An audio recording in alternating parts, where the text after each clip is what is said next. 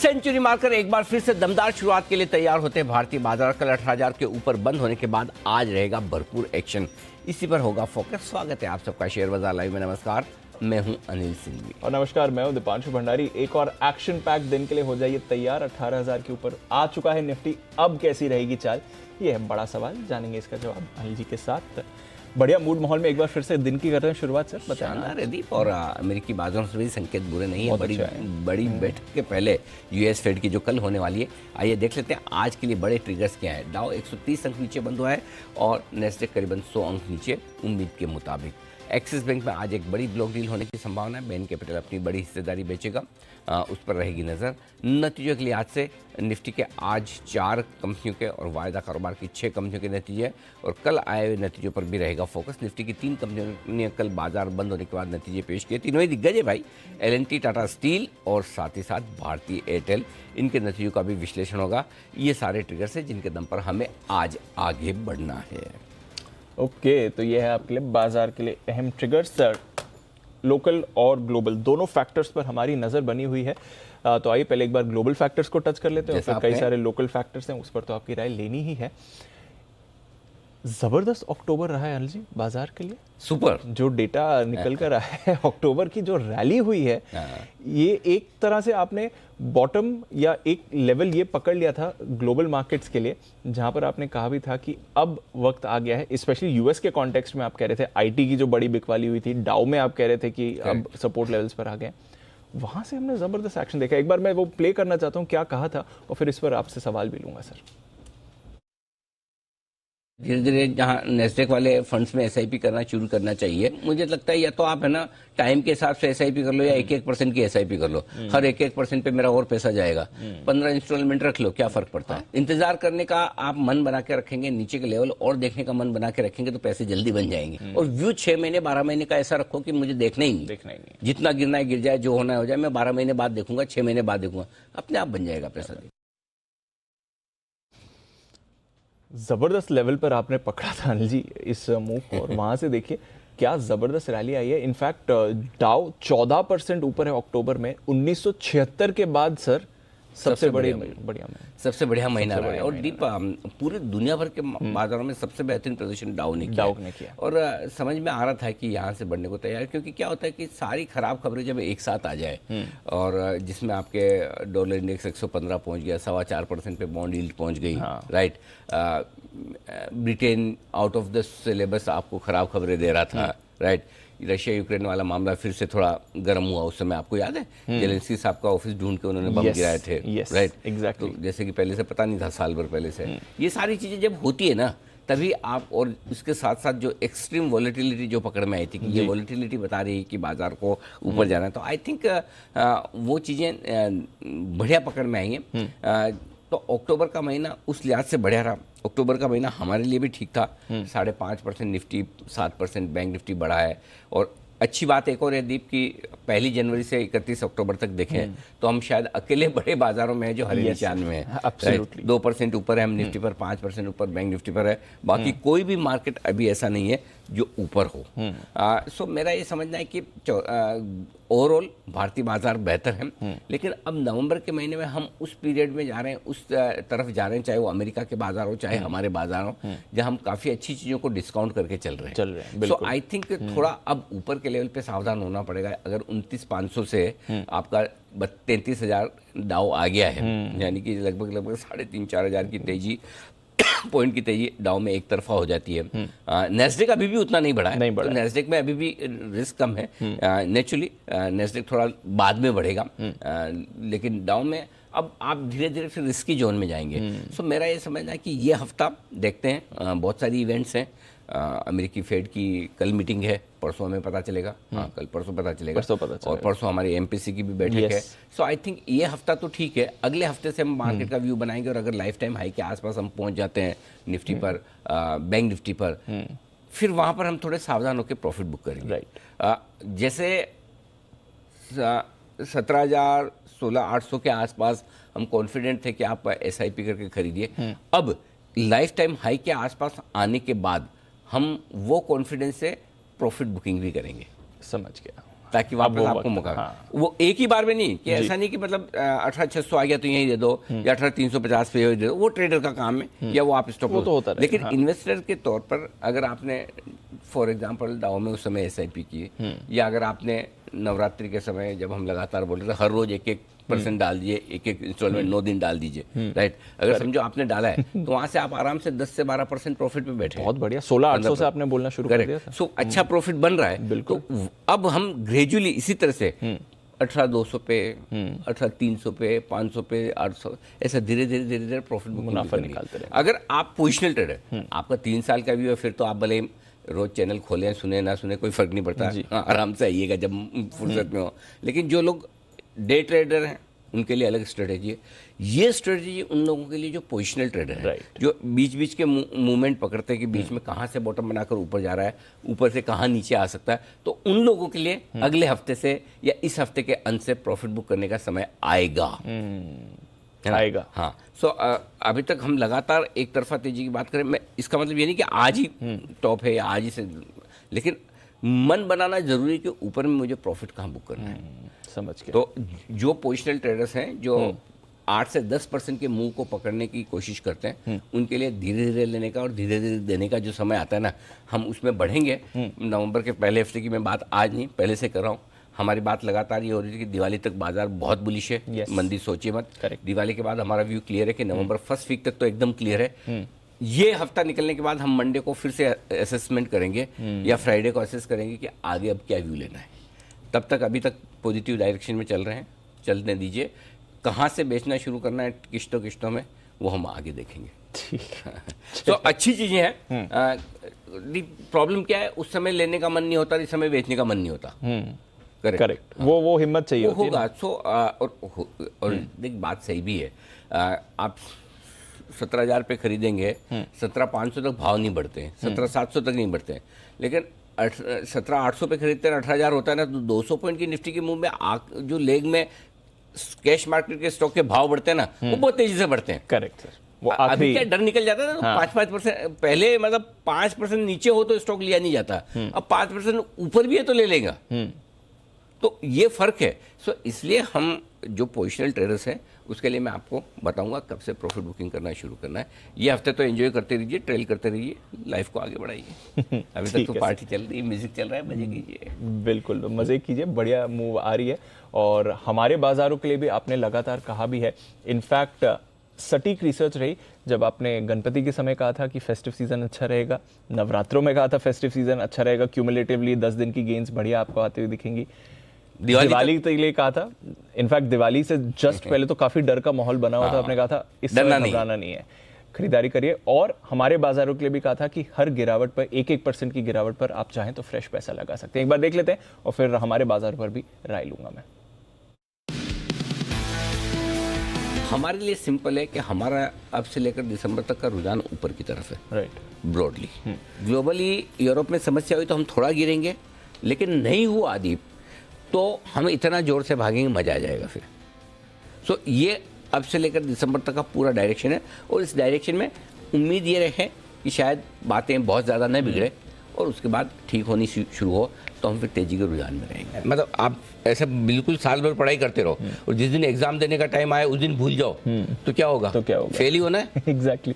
Formula बता दूं, exam का दिन भी आ गया है, लगाना आपको याद रखे।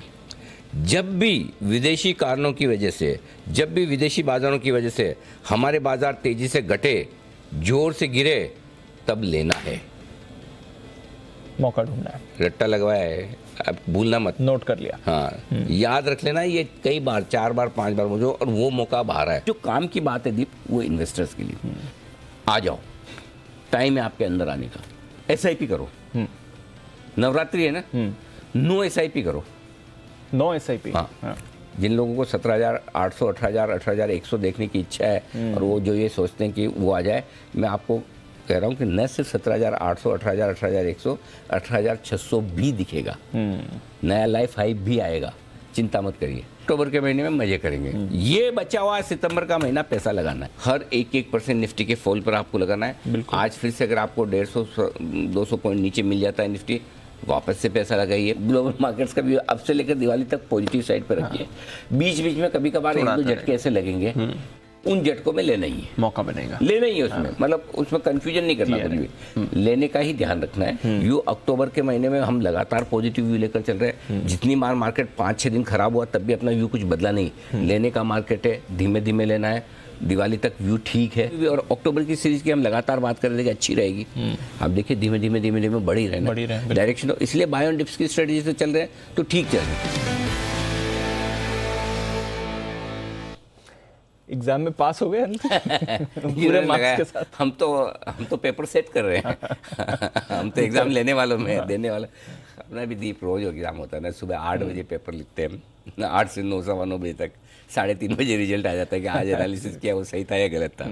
राइट, हमें तो रोज एग्जाम में बैठना होता है। बट एनीवे, बट देखिए 1.5 महीने पहले अगर बात सुन ली होती जो एंड ऑफ सितंबर में कही थी, नहीं दीप, इसमें ना मैं ऐसी अपने कोई दिमाग में गलत फहमी नहीं है और होनी भी नहीं चाहिए कि हम पूरी दुनिया बदल देंगे, है ना। मैं कहता हूँ घर में और ऑफिस में कितनी चलती है वो हमें पता है पूरी दुनिया को कहाँ बदलने जाएंगे। राइट, तो सिंपल सी बात ये है कि अगर 2% 5% लोग भी सुन के उसको फॉलो कर ले, बहुत अच्छी बात है, हमारा काम सफल हुआ। और अगर वो ना भी करें तो एटलीस्ट जो पैनिक में 17,000 के नीचे बेचने वाले हैं, 16,800 पे बेचने वाले, जिनको डर लगता है, जिनको 15,000 फिर दिखने लगता है, यू नो, वो सब जो आने, एटलीस्ट वो ना बेचे।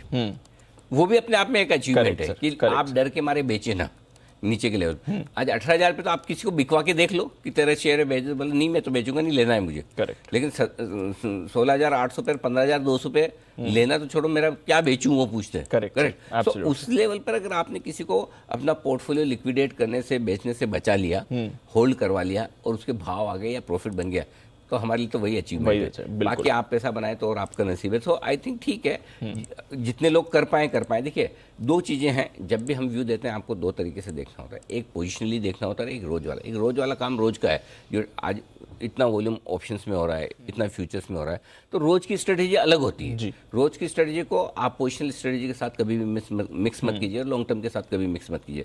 लॉन्ग टर्म तो मैं बोलता हूँ आपको 3 साल 5 साल 10 साल हिंदुस्तान का है, तो सोचने नहीं किस लेवल पे आप एंटर कर रहे हैं, किस लेवल पे क्या है। पोजिशनली हम हमेशा कोशिश करते हैं कि मार्केट को लेने के वक्त भी बॉटम करें और बेचने के वक्त भी टॉप करने की कोशिश करें एवरेज बेसिस पर। सो हमने इसीलिए आपको 15,200 पर भी तब यही कहा था ये लेने का टाइम है, 16,800 पे भी यही कहा था। तो वो चीज़ ठीक है, तो अपने अपने हिसाब से। और बाकी डेली बेसिस पे तो रोज़ सुबह शाम के आपको अभी लेवल्स देने के लिए मैं तैयार ही हूँ। हाँ बिल्कुल। अच्छा, आज की तो बात करेंगे, बट ये पोजिशनल व्यू आपका सही रहा। रिसेंटली आपने कहा भी था 17,800 क्रॉस करने के बाद एक अच्छी मूव बन सकती है। कल 18,000 के ऊपर भी क्लोजिंग बन गई। अब ये जो 17,800 18,100 की कंजेशन जोन है, उसके भी बाहर निकलने के संकेत है, क्योंकि 18,000 के ऊपर क्या एक ही लेवल नोट कर लीजिए, आज 18,125।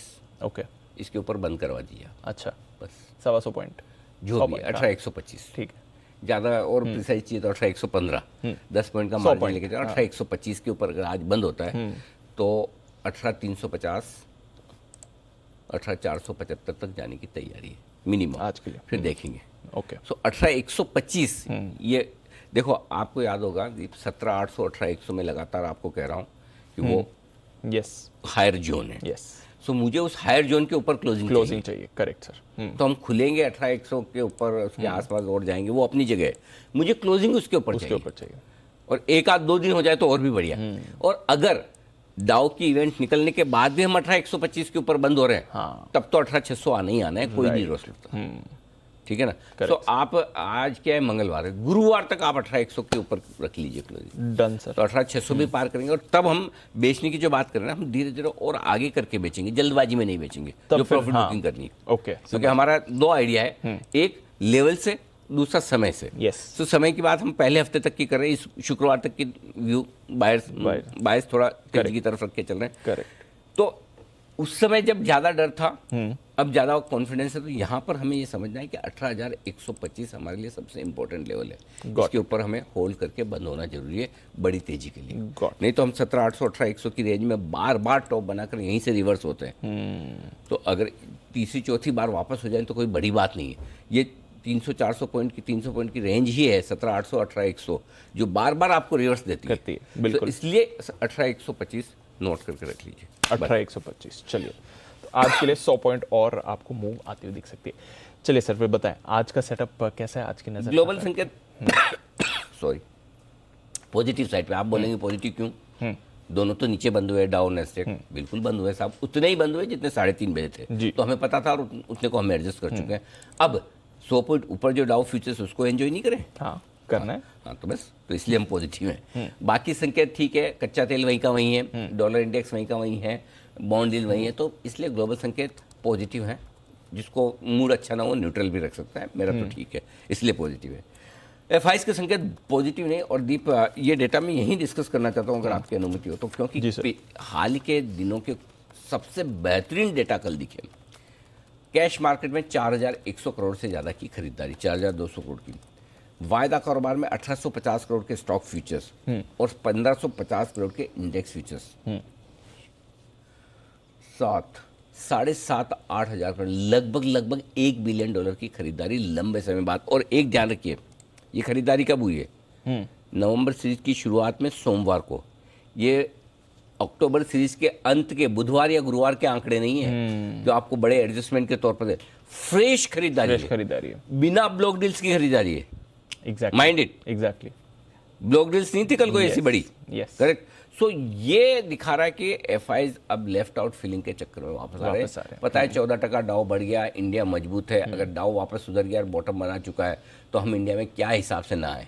ये कल के डेटा में तो हाल ही के दिनों के, इनफैक्ट मैं कहूँगा पूरे अक्टूबर महीने के सबसे बेस्ट डेटा कल आया है आखिर दिन। बिल्कुल मजबूत डेटा है। 1850 स्टॉक्स फ्यूचर्स भी लिए हैं, 4200 करोड़ के आसपास का कैश में भी खरीदा है। इंडेक्स में थोड़ी सी शॉर्ट कवरिंग की है, 1553 करोड़ के आसपास की खरीदा है। तो बहुत ही मजबूत डेटा है। लोकल फंड ने 1100 करोड़ की बिकवाली की, करते रहिए, कोई दिक्कत नहीं, क्योंकि मुसीबत में आप ही बाद में आएंगे काम। जब कोई नहीं खरीदेगा तब लोकल फंड से खरीद जाएंगे, तो थोड़ी लिक्विडिटी रखने में हर्ज नहीं है। 4000 करोड़ की बाइंग के सामने 1100 करोड़ की सप्लाई देना तो बनता है, ठीक है ना। तो ये डेटा बहुत मजबूत है।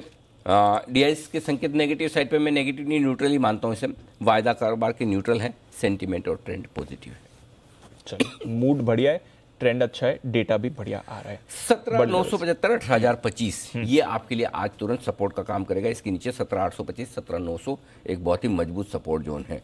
दीप एक चीज़ और कहना चाहता हूँ, एक जगह थोड़ी सी खाली रह गई। आपको याद होगा एक बार हमने ये बात की थी कि थोड़ा सा 17,475 17,525 के आसपास एक गैप छोड़ गया मार्केट। उस गैप को फिलअप करने आया, वो गैप फिलअप होने के बाद वापस बाजार भागा। सिमिलरली एक छोटा सा गैप रह गया। कल 17,900 का लो था और उसके पहले फ्राइडे को हमने हाई बनाया था 17,838 का। तो एक 65 पॉइंट की जगह खाली छुट्टी पड़ी है 17,835 से लेकर 17,900 की रेंज में। सो अगर किसी लेवल से एक करेक्शन होकर 17,825 के आसपास तक निफ्टी आता है, 825 850, उसे हेल्दी करेक्शन मानना चाहिए। उस करेक्शन के लिए तैयार रहना चाहिए। वो करेक्शन आपको इस हफ्ते में कभी भी मिल सकता है। अंडरलाइन करके ध्यान से सुनिएगा, फिर से बोल रहा हूँ, फिर ये कहेंगे हमने आपने ऐसे बोला होगा फ्लो में, हमारा मिस हो गया वो सेंटेंस।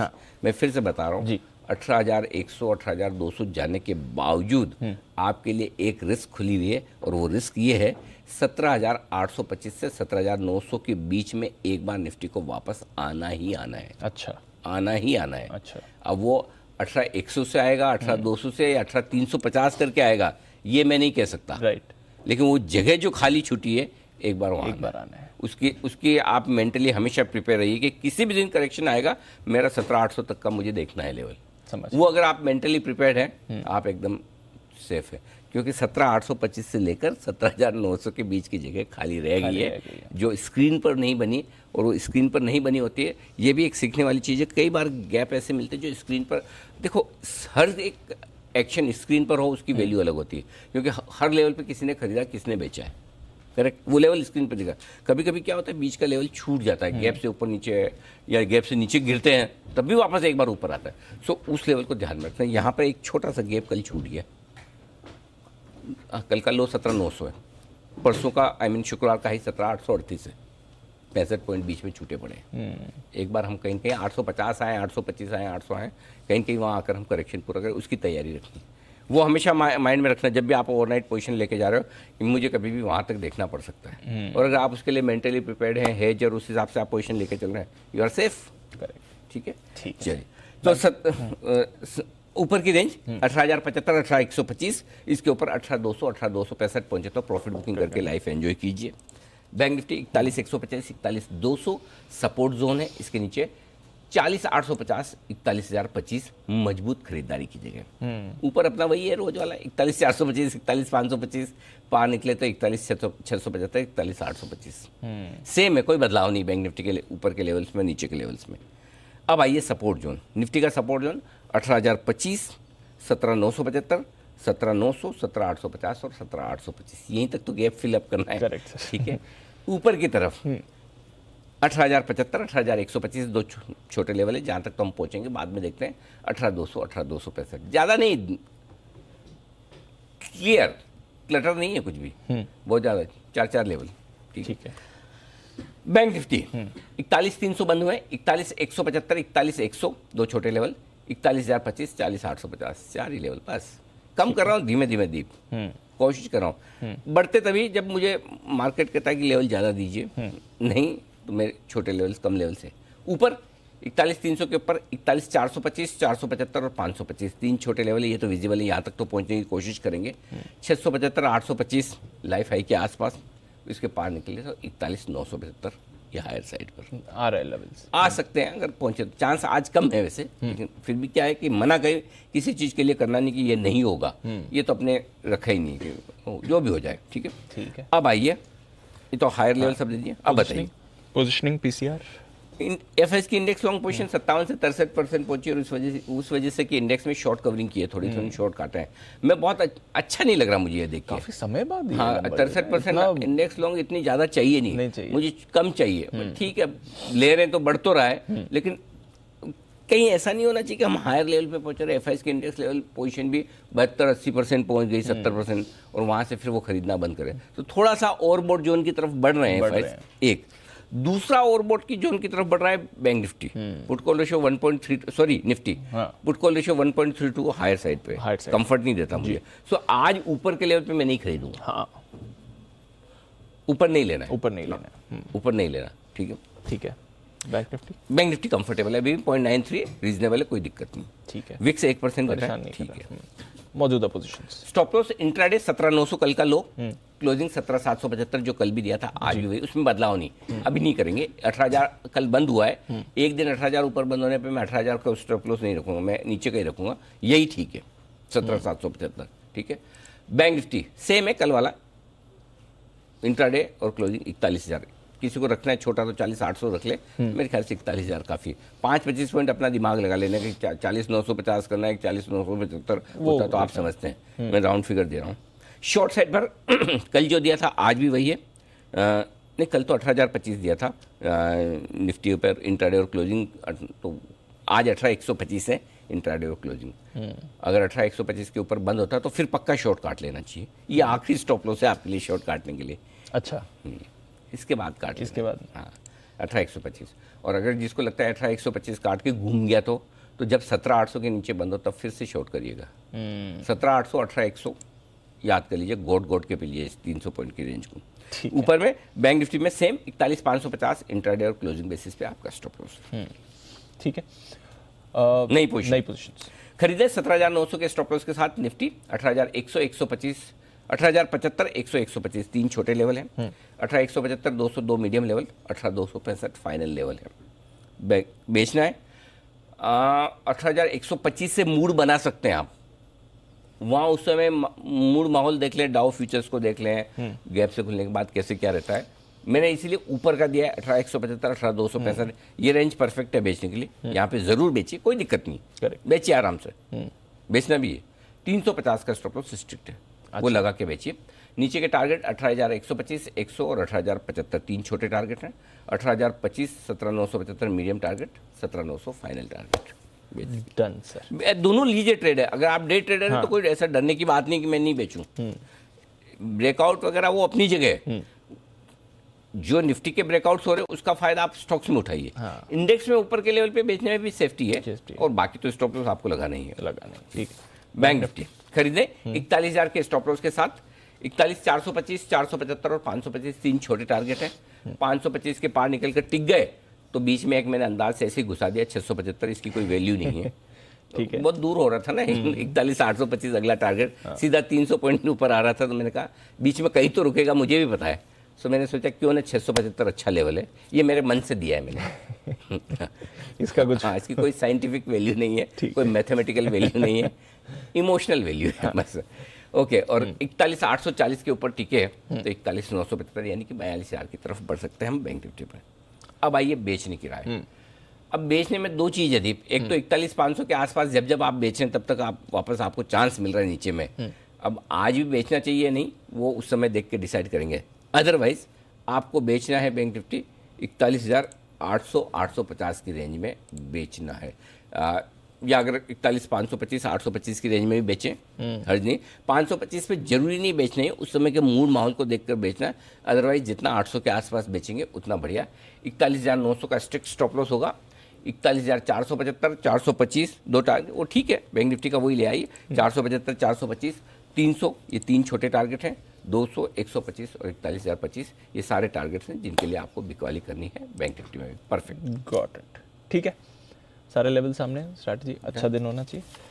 एफआईएस का डेटा तो समझा दिया, वायदा कारोबार के लेवल से। वायदा कारोबार में एक ही लेवल इंपॉर्टेंट है, 18,000 मेक और ब्रेक। 18,000 के पुट पर 45 लाख शेयर हैं, कॉल्स में 56 लाख शेयर हैं। 18,000 के नीचे हैं तो हल्के सावधान है, ऊपर है तो अच्छे ही हैं, गैप से खुली रहें। अगला बड़ा लेवल जो दीप है रुकावट का वो 18,200 बनकर आता है, जहाँ 54 लाख शेयर हैं ओपन इंटरेस्ट में। सो हो सकता है गैप से खुलने के बाद 18,000, 18,200 की रेंज में बाजार वक्त बिताने की कोशिश करें। बैंक निफ्टी सिंपल है, 41,000 इसके नीचे बंद होगा नहीं, 41,500 के ऊपर बंद होने की भी संभावना अभी कम है। 27 लाख शेयर कॉल्स में है वहाँ पर। 41,200, 41,300 ये रेंज है। तो 41,300 पे आप बंद हुए हैं, इसके ऊपर खुल के आप टिकते हैं तो 41,500 तक जाने की कोशिश करेंगे। मेरे लिए 41,530 अब तक का जो हाई है इसके पार टिकना जरूरी है। 25 दिसंबर को हमने जो हाई बनाया था वो 41,530 का था, ठीक है, दिवाली के नेक्स्ट डे जब आपको ज़बरदस्ती काम करना पड़ा था उस दिन का, एक हफ्ते पहले। हाँ तो आपको मतलब हम दोनों को तो 41,530 उसके ऊपर टिकेंगे तो ठीक है, अदरवाइज लेवल्स दिए हुए हैं।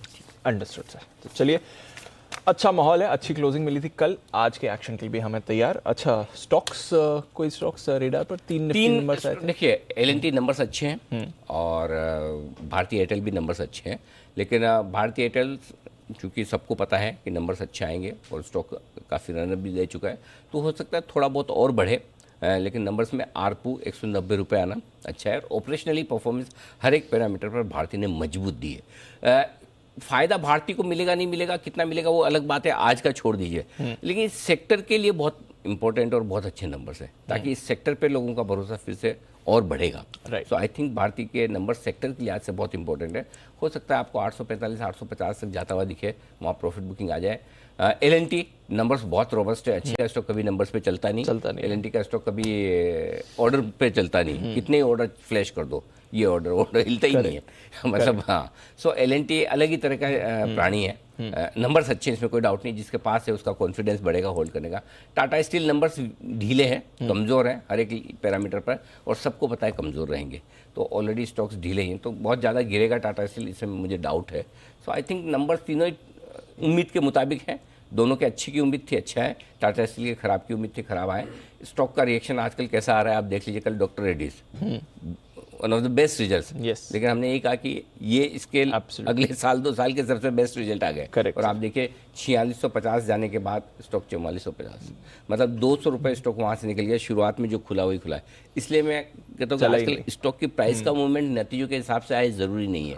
पोजिशनिंग कैसी है फिर आउट। सो डॉक्टर का हमारा एनालिसिस परफेक्ट रहा इस हिसाब से कि जहाँ खुलेगा उसके बाद जो बढ़ेगा वहीं प्रॉफिट बुकिंग आ जाएगी। तो है तो बेच, क्योंकि अब वापस वो अर्निंग आएगी। मतलब रिजल्ट ऐसे थे ही नहीं कि लाल में बंद हो। एग्जैक्टली, नंबर तो बहुत बढ़िया थे। चलिए, तो ये है आपके लिए नतीजों पर भी विश्लेषण, स्टॉक्स का भी एक्शन दिखेगा। आइए इन नतीजों के बारे में थोड़ी डिटेल्स भी ली जाए और बाकी नतीजे, खबरें और साथ ही ब्रोकरेज एक्शन। वरुण, अरमान, नुपुर और आशीष हैं हमारे साथ तैयार। वरुण मॉर्निंग बताएं, ट्रिगर्स कौन से हैं आपके पास, कुछ नतीजे या खबरें भी लेकर आए हैं आप? Definitely morning deep. तो ट्रिगर्स में सबसे पहले तो जो नतीजे आने वाले हैं निफ्टी कंपनियों के, जिसमें अडानी पोर्ट्स है, सन फार्मा है, टेक महिंद्रा है, यूपीएल है, यहाँ पे नजर रखिएगा। एफएनओ में भी काफ़ी सारी कंपनियां हैं जैसे कि Chambal fertilizer, Cholamandalam investment and finance, LIC housing, Voltas, Whirlpool और पीएनबी। इसके अलावा कैश में वरुण बेवरेजेस है, टाटा इन्वेस्टमेंट है, जियोजित फाइनेंशियल्स, जेके टायर, ये तमाम वो कंपनियां हैं, कंसाइन नेरोलैक, इन पे आपको नजर रखनी है। धानुका एग्री नतीजे तो है, साथ साथ बायबैक पे विचार करेंगे, यहाँ पे नजर रखिएगा।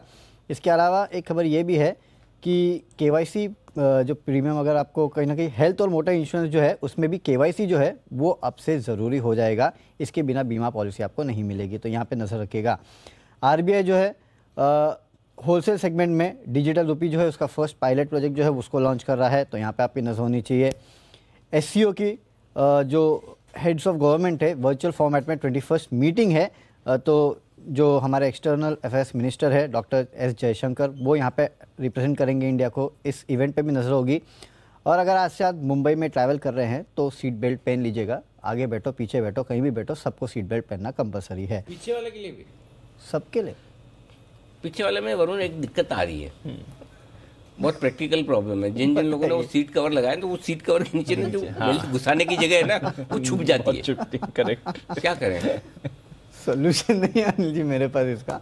अच्छा, हाँ, चाकू से मजबूरी काट है। के वहाँ खड्डा करना पड़ेगा, कुछ तो करना पड़ेगा, ये तो कवर पूरा निकालना सीट- पड़ेगा। पूरा सीट कवर, या तो वो बहुत दिक्कत आ रही है। मैंने मतलब बहुत लोगों से सुना है ये, ओके, हालांकि मैंने तो सीट कवर लगाया नहीं तो मैं तो सेफ हूँ इस हिसाब से। हाँ। जिसने लगाई। लेकिन बहुत सारे के तो अंदर वो है ना, वो कचरा भी भर गया, वो जाते ही नहीं, यूज ही नहीं होता है ना? करेक्ट। हाँ, वो जाते ही नहीं बेटा। हाँ, तो वो वैक्यूम क्लीनर से उसमें से सक करके निकालना पड़ रहा है। आज से एक तरीके। मैं तो आगे बैठूंगा आगे वाली सीट पे कम से कम आराम है लगाने का, पीछे वाले में दिक्कत हो गई है तो। पीछे वाली में भी लगा, अच्छा। तो पकड़ के फाइन करेंगे और क्या। बंसल जी की विशेष टिप्पणी आ रही। जी बंसल जी। सुप्रभात अनिल जी। अनिल जी सिर्फ मुंबई में नहीं दिल्ली में भी अनिल जी ये लागू हो गया है, और कल मेरी वाइफ ने मुझे 3 बार गाड़ी में रोका, कह रही ध्यान से सुनो मेरी 2 फ्रेंड्स का चालान कट चुका है। हालांकि चालान जो अनिल जी एप्लीकेबल है एज पर लॉ 1 नवंबर से, जैसे वरुण ने बताया, बट दिल्ली में अनिल जी 15 दिन पहले से पायलट प्रोजेक्ट बना के 15 दिन पहले से चालान काट रहे हैं। तो मैंने कहा भाई अनिल जी हम तो टेंशन फ्री हैं क्योंकि हम तो ड्राइवर हैं, ड्राइवर सीट पे बैठते हैं तो दिक्कत नहीं है, जो पीछे बैठते हैं वो अपना ध्यान दें। और अनिल जी आपने बहुत सही चीज बोली अनिल जी, क्योंकि देखिए चालान देने में दिक्कत है मिडिल क्लास को, और मिडिल क्लास का पहला काम क्या होता है, गाड़ी खरीदता है तो गाड़ी के ऊपर एक एडिशनल मैट डलवाता है, एडिशनल सीट कवर डलवाता है। सही है। तो सीट कवर में जो अनिल जी आपने एकदम सही चीज बोली है कि वो सीट बेल्ट की जगह चली गई है अनिल जी। इंटरेस्टिंग है। शुरुआत में मुझे लगता है 15-20 दिन थोड़ा चालान में डिस्काउंट देना चाहिए की वजह से। कितना चालान, कितना कुछ आइडिया है कितना लगा? नहीं पता। हाँ, मैं जैसे फॉर एग्जांपल 500 रुपए लगा रहे हैं तो शुरुआत में 50 ही लगाए, 10-15 दिन में फिर आदत पड़ जाएगी, फिर 500 रुपए, ऐसे धीरे धीरे बढ़ाए, वैसा सर्जिंग ओला उबर की तरह। चलिए भाइयों, सावधान रहें, दिल्ली मुंबई कहीं भी हो, लेकिन ये आपकी हमारी सुरक्षा के लिए ही है, और अगर नियम बनाए तो नियम सोच समझ के बनाए। वो अलग बात है कि मुंबई के ट्रैफिक में 200 रुपए वो ठोक के लग देखे, मतलब गाड़ी हिल भी जाए इतनी चिपक के चलती। हाँ, सेकंड गियर में तो लाल ही नहीं पाते हम। एनीवे, लेकिन ये सावधानी रखें, आज से सीट बेल्ट लगाना शुरू कर। 200 रुपए का चलान, 200 रुपए का चला, 200 रुपए इज रीजनेबल। अच्छा, जैसे एक, हाँ 200 रुपए तो एक ही बार के ना, हर बार जितनी बार आप करेंगे उतनी बार लगेगी। 200 रुपये पर पैसेंजर होगा तो 600 चले जाएंगे पीछे 3 जन के। तुम तो ऐसे नए नए आइडिया दे रहे हो वरुण, पुलिस वालों को। पर पर्सन पर पर्सन ही होगा। चलिए भाइयों, ध्यान रखें, वरुण ने सुबह सुबह डरा दिया है जी। चलिए आगे बढ़ते हैं, और एक्स डेट है एचयूएल की इंटरिम डिविडेंड की 17 रुपये, बिरला सॉफ्ट 1.5 रुपये प्रति शेयर के इंटरिम डिविडेंड की एक्स डेट है, तो वहाँ पे एडजस्टमेंट देखने मिलेगा।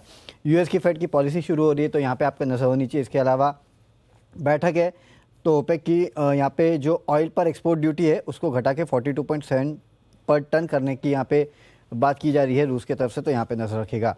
क्वांटिटी फ्रीज जो है वो चेंज हुआ है, निफ्टी में 2800 से घटकर 1800 हुआ है, बैंक निफ्टी में 1200 से घटकर 900 हुआ है। मंथ ऑन मंथ में बता रहा हूँ आपको, तो यहाँ पे आपकी नजर होगी। और जो आईपीओ चल रहा है डीसीएक्स सिस्टम, अभी तक 2.11 टाइम्स भरा है, रिटेल का हिस्सा 8.7 टाइम्स भरा है, एनआईआई 2.16, क्यूआईबी 0.03। ओके, तो ये है आईपीओ अपडेट और साथ ही इंपॉर्टेंट ट्रिगर्स। आइए नतीजों की शुरुआत करते हैं अरमान के साथ। अरमान, मॉर्निंग, बताएं नतीजे। जी, सबसे पहले भारतीय एयरटेल के नतीजे अगर आप देखेंगे क्यू जो टॉप लाइन और EBITDA अगर आप देखेंगे तो वो बेहतर आता हुआ दिखा है अनुमान से भी। हालांकि जो मुनाफा है वहां पे थोड़ा अनुमान से कमजोर है और आरपू जो आए हैं वो भी अनुमान से बेहतर आते हुए दिखे हैं। आय में आपको दिखेगा लगभग 5% का उछाल, मार्जिन भी थोड़े बढ़कर आए हैं 50.6% से बढ़कर 51.3% पर, और आरपू में भी आरपू 183 से बढ़कर 190 पर आया है और अनुमान जो था वो 187 का था। उसी के साथ साथ LNT के अगर आप नतीजे देखेंगे, LNT के नतीजे बढ़िया आते हुए दिखे हैं और जो हमारा अनुमान था उससे बेहतर नतीजे आए हैं। आय में लगभग 23% का उछाल है, मार्जिन लगभग फ्लैट रहे हैं 11.49% से लगभग उसके आसपास 11.46% पर आए हैं, और मुनाफे में भी 23% की लगभग बढ़ोतरी देखी गई है। उसी के साथ साथ अगर आप कुल जो इनका ऑर्डर बुक है वो अगर देखेंगे वहां पे 13% का उछाल है। वहीं जो न्यू ऑर्डर बुक है इसकी तिमाही में वहां पर आपको दिखेगा, वहां पर 23% का आपको अच्छा खासा उछाल दिखेगा। टाटा स्टील नतीजे थोड़े कमजोर आए हैं, आय में लगभग लाए तो लगभग फ्लैट रही है, लगभग 1% घटकर आए, पर मार्जिन में बड़ा कट देखा गया है। जो अनुमान से भी कट, अनुमान में ऑलरेडी ये था ही सही कि कट कर आएंगे पर और ज्यादा कट कर आए हैं। मार्जिन 27% से घटकर 10% पर आए हैं, अनुमान 16% का था, और मुनाफे में 90% की आपको कटौती दिखेगी। उसी और इसका एक रीजन ये भी है कि जो नीलाचल इस्पात निगम लिमिटेड है उसके साथ जो उन्होंने एक्विजिशन करा है उसके चलते भी यहाँ पर पेन देखने को मिला। कैस्ट्रॉल इंडिया की अगर बात करेंगे, नतीजे मिक्स सेट ऑफ दिख रहे हैं आपको। आय में लगभग 5% का उछाल है, मार्जिन थोड़े से घट कर आए हैं 24.4% से घटकर 22.9% पर, और मुनाफा लगभग फ्लैट रहा है। IFB एग्रो की बात करें, नतीजे मिक्स्ड आपको दिख रहे हैं। आय लगभग 37% बढ़कर आई है, पर यहां पर भी मार्जिन में कट देखा गया है, 8% से घटकर 5% पर आए हैं, और मुनाफे में भी लगभग 24% की कटौती देखी गई है। और अंत में जय भारत मारुति की अगर बात करेंगे तो नतीजे जो है बढ़िया आते हुए दिख रहे हैं। आय 24% बढ़ी है, मार्जिन भी बढ़कर आए हैं 6.8% से बढ़कर 7.4% पर, और मुनाफे में भी लगभग आपको 3.7 करोड़ से बढ़कर लगभग 9 करोड़ के आसपास आते हुए दिखे। ओके, तो ये हैं आपके लिए कुछ और इम्पोर्टेंट नतीजे। नुपुर, मॉर्निंग, बताएं आपके पास कौन से नतीजे, खबरें हैं? Good morning. सबसे पहले LG बालाकृष्णन, जहाँ पे जो Q2 के नतीजे आए वो काफ़ी मिले जुले, जो आय है वो काफ़ी फ्लैट है, और जो कामकाजी मुनाफा है वो 5% से बढ़कर आया है, और जो मार्जिन है वो 18% फ्लैट आते दिखे हैं इस बार। TCI एक्सप्रेस नतीजे काफ़ी स्ट्रॉन्ग है, कंपनी के जो रेवेन्यूज़ है वो 13.5% से इस बार ऊपर है, कामकाजी मुनाफा भी देखे तो 15% से ऊपर है, मार्जिन में 20 बेसिस पॉइंट का इम्प्रूवमेंट है इस बार, और जो मुनाफा है वो भी 11% से इस बार बढ़कर आया। टिमकन इंडिया की बात करें तो यहाँ पे सेम स्टोरी है, मार्जिन्स दबाव में आते दिखे हैं, जो आय है वो 25% से इस बार ऊपर है, मार्जिन्स 22% से कम होकर इस बार 19% के आसपास आते दिखे। LT फूड्स की बात करें तो यहाँ भी नतीजे काफ़ी मिले जुले आते दिखे, क्योंकि कंपनी की जो आय है दूसरी तिमाही में वहाँ पे 31% की ग्रोथ आती तो दिखी है, लेकिन कंपनी के जो मार्जिन्स है वो 12% से कम होकर 10% इस बार रह गए। इक्विटा स्मॉल फाइनेंस बैंक की बात करें तो काफ़ी स्ट्रॉन्ग क्वार्टर है कंपनी का, हर एक पैरामीटर पे NII इस बार 26% से बढ़कर आई है, जो प्रोविजनिंग हुई है वहाँ पे 37% का फॉल आते दिखा है। मुनाफा भी देखे तो 41 करोड़ से बढ़कर 116 करोड़ के आसपास आते दिखा है, और जो ग्रॉस NPA नेट NPA वहाँ भी इस बार सुधार आते दिखा था। फिनो पेमेंट बैंक्स के भी नतीजे काफ़ी स्ट्रॉन्ग है, जो कंपनी की आय है वो 25% से बढ़कर आई है, जो कामकाजी मुनाफा है वहाँ पे 71% की ग्रोथ इस बार आती दिखी, जो मार्जिन्स है वो भी 7.5% से बढ़कर अब 10% के आसपास होते नजर आए। खबरों के लिहाज से देखें तो एक्सिस बैंक आज फोकस में, क्योंकि एक ब्लॉक डील वहाँ पे होने वाली है, जहाँ पर एक्सिस बैंक में 1.24% ब्रेन कैपिटल अपना हिस्सेदारी बेच सकती है 888 के भाव पर। रेस्टोरेंट और होटल स्टॉक्स भी आज फोकस में, क्योंकि आज से कमर्शियल LPG सिलेंडर के जो दाम है वो 115 रुपये से कम कर दिए गए। हालांकि जो घरेलू LPG सिलेंडर है वहाँ पे कोई भी बदलाव फिलहाल नहीं हुआ है। ओके, तो ये है आपके लिए खबरें भी, और कुछ दाम बढ़े हैं, कुछ दाम घटे हैं, वहाँ से राहत और परेशानी दोनों ही आने वाली है। बट कुछ और खबरें वरुण आपके पास भी बताएं इनके बारे में। डेफिनेटली, तो ATF के दाम बढ़ चुके हैं 4,842 प्रति किलो लीटर, तो यहाँ पे आपको इसके चलते एयरलाइन स्टॉक जो है वहाँ पे नज़र रखनी है। टाइटन और आदित्य बिरला ग्रुप पे नज़र रखिएगा, क्योंकि आदित्य बिरला ग्रुप जो है ब्रांडेड ज्वेलरी कारोबार में प्रवेश कर सकता है, इस तरह की कुछ न्यूज़पेपर रिपोर्ट सजेस्ट कर रही है, तो इसके चलते यहाँ नज़र रखिएगा। टेलीकॉम इक्विपमेंट बनाने वाली कंपनियां जैसे कि ITI, तेजस नेटवर्क, इन पे नज़र रखेगा, क्योंकि इसके पहले PLI स्कीम के तहत सरकार ने 31 कंपनीज को अप्रूवल दिया था। अब इसको बढ़ा के 42 कंपनियां कर दिया है, यानी कि करीब करीब 11 कंपनियों को और अप्रूवल दिया है, तो एक्सटेंड किया गया है, तो इसके चलते यहाँ पे नज़र रखेगा। मॉइल कंपनी ने अपने जो दाम हैं अलग अलग प्रोडक्ट्स के उनमें बदलाव किया है। फेरो ग्रेड जो है उसके दाम में 7.5% के आसपास की गिरावट हुई है, यानी कि कमी कर दी है इन्होंने। और जो EMD है उसकी कीमतें 1,70,000 प्रति मिलियन टन से बढ़ाकर 1,80,000 की है। तो काफ़ी सारे बदलाव है अलग अलग प्रोडक्ट्स में, लेकिन फेरो ग्रेड जो है जो इंपॉर्टेंट है, जिसमें 7.5% की कमी की है इस कंपनी ने। Shriram properties ask properties fund के साथ 500 करोड़ के आसपास का इन्होंने MOU किया है। रेसिडेंशियल रियल एस्टेट प्लेटफॉर्म बनाने के लिए MOU जो है वो इन्होंने कर लिया है। और आखिरी में ग्लेनमार्क फार्मा, इस कंपनी पर नजर रखेगा, क्योंकि एक कैप्सूल कंपनी ने US के मार्केट्स में लॉन्च कर दी है। फिंगोलिमोड नाम की कैप्सूल है और इसकी एनुअल सेल्स अगर आप देखेंगे US में $1.8 बिलियन के आसपास की है। तो इसके चलते ग्लेनमार्क फार्मा आपके रडार पे होना चाहिए। क्या काम आता है कैप्सूल? नीचे वैसे मैं पढ़ रहा था, कुछ मल्टीपल स्क्लेरोसिस के काम आता है, बट एग्जैक्टली मुझे पता नहीं है। ग्लेन मार्केट के लिए तो बेचने के काम आता है। ठीक है अनिल जी। तो ये है सारी की सारी खबरें। ग्लेन बड़ा $1.8 बिलियन मार्केट, बड़ी मार्केट है, बड़ा बिल्कुल। आइए समझते हैं आज की ब्रोकरेज रिपोर्ट्स भी क्या कह रही है नतीजों पर और खबरों पर। आशीष हमारे साथ तैयार FIR के लिए।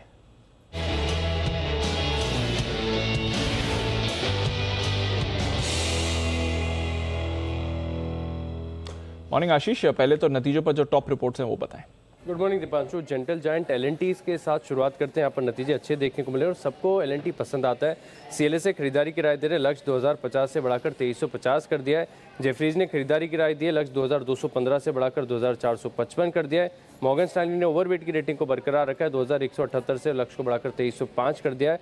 वहीं JP मॉर्गन ओवरवेट की रेटिंग को बरकरार रखे हुए, लेकिन जो लक्ष्य है 2045 से बढ़ाकर सीधे 2200 कर दिया। हालांकि सबका मानना है कि ऑर्डर बुक के लिहाज से, रेवेन्यू ग्रोथ के लिहाज से क्वार्टर काफ़ी बढ़िया है, एग्जीक्यूशन आगे भी अच्छा रहेगा, लेकिन कुछ ब्रोकरेज हाउस जैसे जिन्हें लग रहा है कि मार्जिन इनके जो है अनुमान से कमज़ोर आए। हालांकि ये भी देख रहा हूँ कि EPS के अनुमान में भी देखिए, जैसे कि मॉर्गन स्टैनली ने करीब 1 से लेकर 8% की बढ़ोतरी की है। और ख़ास बात यह कि अच्छे नतीजों के साथ वैल्यूएशन जो रीजनेबल है इसका भी कंफर्ट है, तो यहाँ पर पूरी तरीके से भरोसा बना हुआ है।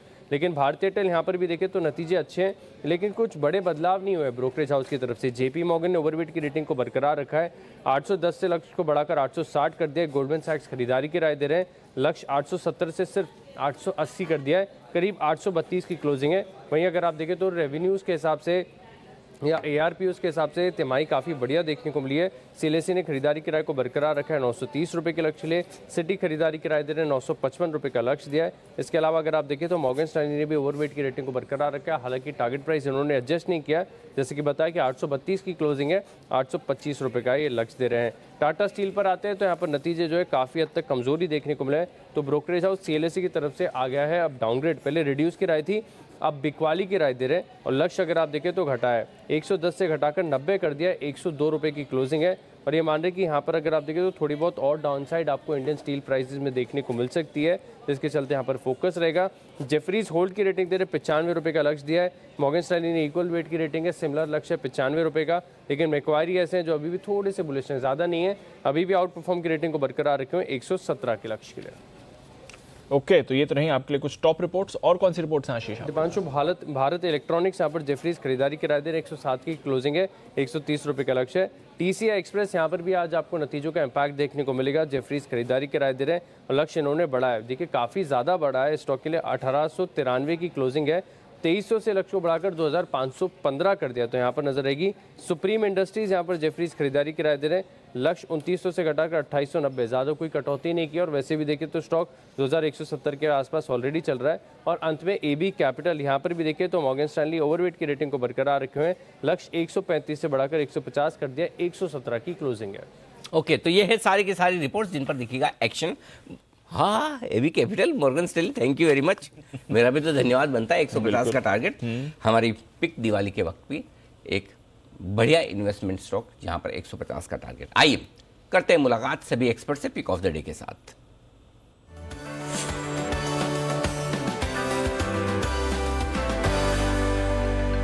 क्योंकि बंसल जी के दर्शन तो सुबह सुबह हो चुके हैं, कुणाल जी करें शुरुआत। Good morning.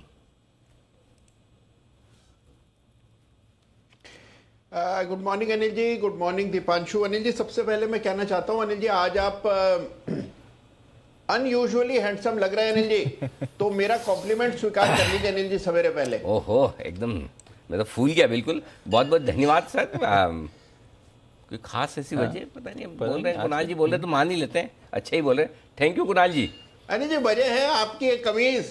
अनिल जी, जो कमीज का जो आपका कलर है ना अनिल जी, हाँ। ये बड़ा इंटरेस्टिंग लग रहा है अनिल जी मुझे। अरे थैंक यू सर। तो अनिल जी देखिए, 18,000 के ऊपर अनिल जी मूड ऐसा हो जाता है हाँ कि अनिल जी सबको ही हैंडसम दिखने लगते हैं अनिल जी। अच्छा ओके, तो आपने साथ साथ ये बता ही दिया कि इसमें मेरा कोई खास बात नहीं है। निफ्टी का लेवल ही 18,000 रहेगा, आपको सब लोग सुंदर दिख रहे हैं। बाकी सब पैनलिस्ट के लिए भी यही कॉम्प्लीमेंट कुणाल जी की तरफ से, सब स्वीकार कर ले। हम स्वीकार करने जा रहे हैं कुणाल जी से पिक ऑफ द डे। बताएं सर। अनिल जी देखिए, आज मुझे ऐसा पूर्वाभास हो रहा है कि आज फोकस बैंक निफ्टी पर करना चाहिए। मुझे लगता है कि बैंक निफ्टी जो कल सुस्त था आज चुस्त रहेगा। तो बैंक निफ्टी तेज रहेगा तो स्टेट बैंक भी तेज रहेगा। तो स्टेट बैंक पर अनिल जी खरीदारी की राय है। मुझे लगता है 2-3 दिन का करेक्शन पूरा हो चुका है। स्टेट बैंक का चार्ट बहुत मजबूत है, 600 को पार करने के लिए स्टेट बैंक तैयार है। तो 569 के स्टॉप लॉस से स्टेट बैंक को खरीदे। पहला टारगेट होगा 590 रुपए का, इवेंचुअल टारगेट 605 रुपए का। 590 605 दो टारगेट खरीदे स्टेट बैंक। किरण जी सुप्रभात, बताएं sir. Anil ji very good morning, दीप मॉर्निंग। मेरी खरीदारी की ही राय है। ABFRL खरीदना है। 253.90 का क्लोज है, 248 का स्टॉप लॉस रहेगा। टारगेट्स के लिए 365 369 ये आजकल में देखने को मिल जाना चाहिए। बहुत अच्छे कंसोलिडेशन का ब्रेकआउट है, अच्छे वॉल्यूम्स के साथ ये ब्रेकआउट हुआ है, तो ये मोमेंटम जारी रहने की प्रोबेबिलिटी बहुत स्ट्रांग है स्टॉक में। Okay, ABFRL Aditya Birla fashion, यहाँ करें खरीदारी। कल ट्रेंड भी भरपूर एक्शन में आया था, रिटेल स्टॉक्स फिर से दमदार एक्शन में। सुमित जी गुड मॉर्निंग, आपकी पसंद। Anil ji good morning.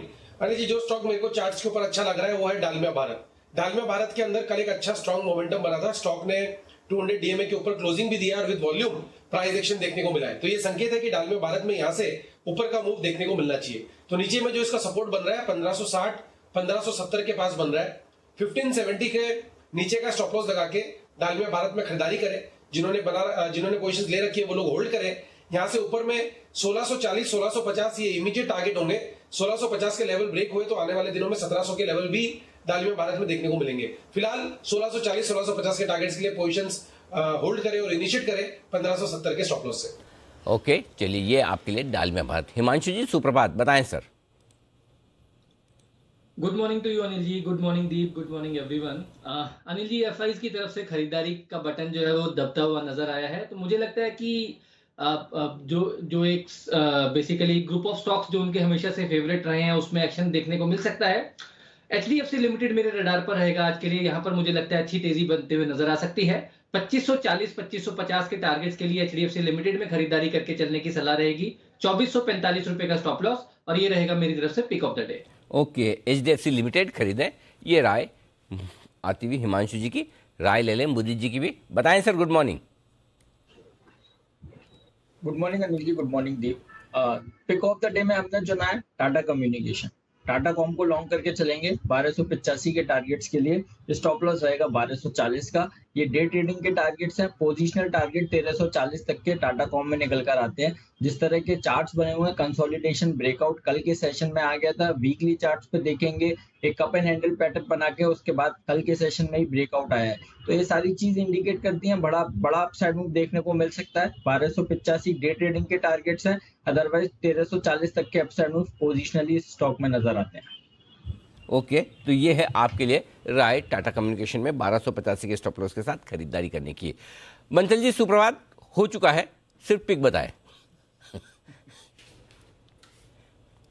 अनिल जी, मेरा पिक ऑफ द डे है टाटा कंज्यूमर। अगर हम देखें तो अगस्त के महीने में स्टॉक टॉप आउट हुआ था। 2 महीने सितंबर अक्टूबर 2 महीने स्टॉक साइडवेज रहा और अब इसका भी नंबर आ रहा है चलने का। एक तो टेक्निकल कारण अनिल जी ये है, और दूसरा अनिल जी फंडामेंटल कारण भी आप देखें तो हर एक को फोमो होता है, शेयर बाजार वालों को भी होता है। अब आदित्य बिरला ग्रुप तो उसमें आ रहा है, ज्वेलरी में आ रहा है, ग्रासिम पेंट में आ रहा है, अदानी सीमेंट में आ रहा है, तो हर एक को अनिल जी सब कुछ करना है। और मेरे मित्र कुणाल जी को, अनिल जी, वो मैकडबल्स की रैली देख के टाटा कंज्यूमर रुका हुआ है तो उनको भी फोमो हो रहा है, तो उसके लिए भी टाटा कंज्यूमर चूज करा है। टेक्निकली भी अच्छा है, 760 760 का स्टॉप लॉस है, 790 के टारगेट के लिए टाटा कंज्यूमर है मेरा pick of the day. Okay, तो ये आपके लिए टाटा कंज्यूमर। आइए हमारे साथ चोपड़ा साहब भी है। चोपड़ा साहब बताएं सर, आपकी पसंद का शेयर आज के लिए। गुड मॉर्निंग अनिल जी। अभी मेरे पसंद का शेयर बंसल जी ने बोल भी दिया। मैकडॉवेल मुझे अच्छा लगता है, करीब करीब 896 का कल का क्लोजिंग था। मुझे लगता है कि बहुत ही छोटी अवधि में 940-45 तक जा सकता है, तो ये मेरा पिक ऑफ द डे होगा। और मुझे लगता है लिकर स्टॉक्स में अच्छी तेजी बननी चाहिए। इसमें टेक्निकल चार्ट्स भी मैं देख रहा था, तो एक गोल्डन क्रॉसओवर भी होने वाला है या लगभग हो चुका है, तो वैसे भी बुलिश पैटर्न है, तो 940-945 के लिए इसमें खरीदारी की जाए। तो ये है आपके लिए मैकडॉवेल यानी कि यूनाइटेड स्पिरिट्स खरीदारी करने की राय, जिसमें कल ही एक बढ़िया ब्रेकआउट आता दिखा 940 तक के टारगेट के लिए।